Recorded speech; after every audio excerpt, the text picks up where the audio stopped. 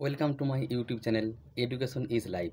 শিক্ষাই জীবন। হ্যাঁ, আমরা প্রতিনিয়ত কিছু না কিছু শিখে চলেছি, প্রতিদিন, প্রতিনিয়ত, এবং আমৃত্যু আমরা শিখেই চলব। শিক্ষার কোনো শেষ নেই।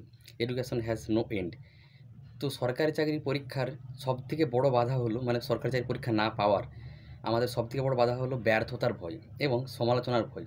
ব্যর্থতার ভয়ে আমরা অনেক সময় পরীক্ষা দিতে যাই না, সেটা যে কোনো বড় পরীক্ষা হোক, ছোট পরীক্ষা হোক, এমটিএস হোক, গ্রুপ ডি লেভেলের হোক, গ্রুপ সি লেভেলের হোক, অথবা ইউপিএসসি পরীক্ষাই হোক না কেন, বা ডব্লিউবিসিএস পরীক্ষাই হোক না কেন, যে কোনো সরকারি চাকরির পরীক্ষা আমরা এটা ভেবে যাই না, দিতে যাই না, যে অনেকেই যায় না আর কি। ফর্ম ফিল আপ করি, অনেকেই করে। যেমন আমি আমার কথা যদি বলি, 2022 আমি 19 সালে গ্র্যাজুয়েশন কমপ্লিট করেছি।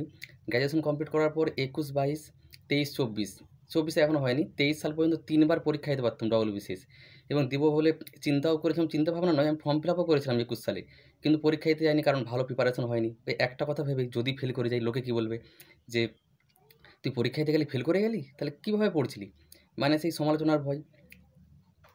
এবং তখন থেকে, এবং এই 24 সালে এবারে আমি ঠিক করে নিয়েছি, যে পরীক্ষাগুলো আমার দেওয়া যাবে গ্র্যাজুয়েশন যোগ্যতায়, সেটা ডব্লিউবিসিএস হতে পারে, সিজিএল, এমটিএস, বা গ্রুপ ডি, গ্রুপ সি লেভেলে যে কোনো পরীক্ষা হোক, সেই পরীক্ষাগুলো আমি দিতে যাবো। হ্যাঁ, হতে পারে আমি প্রথমবারে পাস করতে পারবো না, বা হতে পারে পাস করব।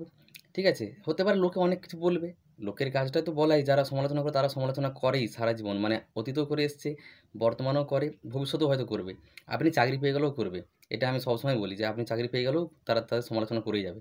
তাই সমালোচনার ভয়ে এবং ব্যর্থ হয়ে যাওয়ার ভয়ে আমরা সরকারি চাকরির পরীক্ষা থেকে কখনো পিছিয়ে আসবো না।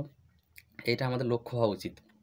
তাহলেই যদি আমরা পরীক্ষাগুলো ২ বার, ৩ বার, ৪ বার, ৫ বার দিই, বা বিভিন্ন ধরনের পরীক্ষা দিই, ৪টা ৫টা পরীক্ষা, তাহলে সেখান থেকে হয়তো আমরা একটা পরীক্ষায় সফল হতে পারি।